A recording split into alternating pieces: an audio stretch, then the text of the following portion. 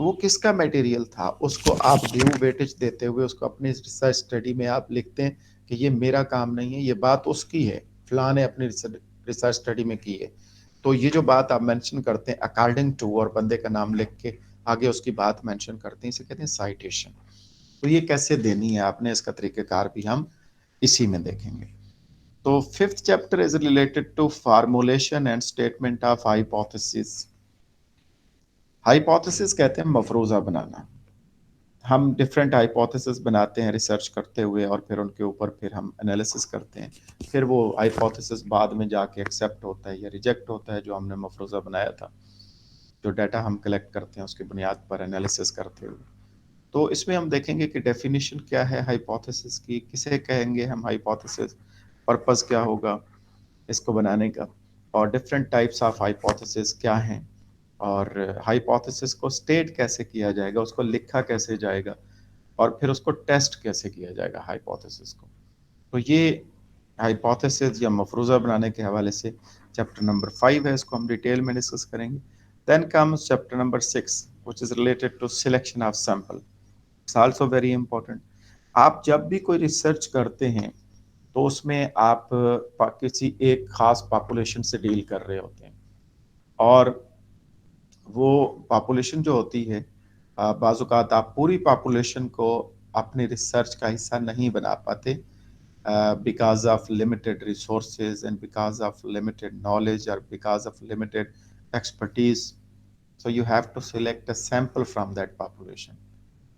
اور آپ پھر کیا کرتے ہیں کہ اس پاپولیشن میں سے چند لوگ لے لیتے ہیں which is called sample، جو نمائندگی کرتے ہیں پوری پاپولیشن کی. تو اس میں ہم دیکھیں گے کہ سیمپل جو آپ نے لینا ہے اس کی سلیکشن کیسے کرنی ہے، ڈیفینیشن کیا ہے سیمپل کی، پرپز کیا ہے اس کو لینے کا، سیمپلنگ کیا ہوتی ہے، سیمپل کیا ہوتا ہے، پاپولیشن کیا ہوتی ہے. تو پاپولیشن کی ڈیفینیشن بھی دیکھیں گے. پھر اس کے بعد ٹائپس آف سیمپلنگ کی بات آ جائے گی، اور بنیادی طور پر دو جو بڑی اقسام ہیں اس کی ٹائپس ہیں، میجر ٹائپس، پروبیبلٹی سیمپلنگ اور نان پروبیبلٹی سیمپلنگ. اس کو ہم دیکھیں گے اس میں کہ پروبیبلٹی سیمپلنگ کسے کہتے ہیں اور نان پروبیبلٹی سیمپلنگ کسے کہتے ہیں.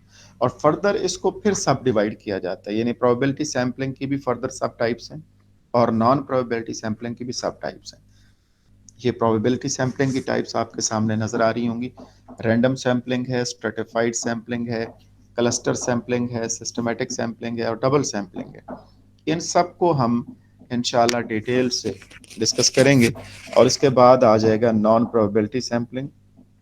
اور نان پروبیبلٹی سیمپلنگ کا کنسیپٹ دیکھنے کے بعد پھر اس کی ٹائپس کو ہم ڈسکس کریں گے، جس میں کنوینئنس سیمپلنگ آتا ہے، پرپزو سیمپلنگ آتا ہے، کوٹا سیمپلنگ آتا ہے، اور سنو بال سیمپلنگ آتی ہے. اس کو ہم چیپٹر نمبر 6 میں کور کریں گے.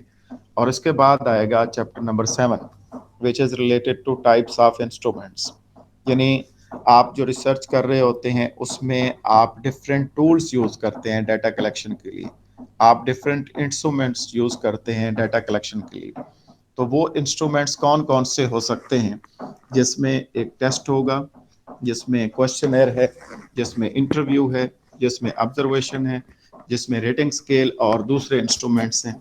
اور اس میں ہم nominal scale, ordinal scale, interval scale اور ریشو سکیل کو ڈسکس کریں گے.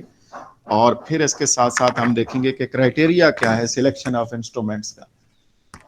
تو یہ ساری چیزیں ہم ڈسکس کریں گے چیپٹر نمبر 7 میں.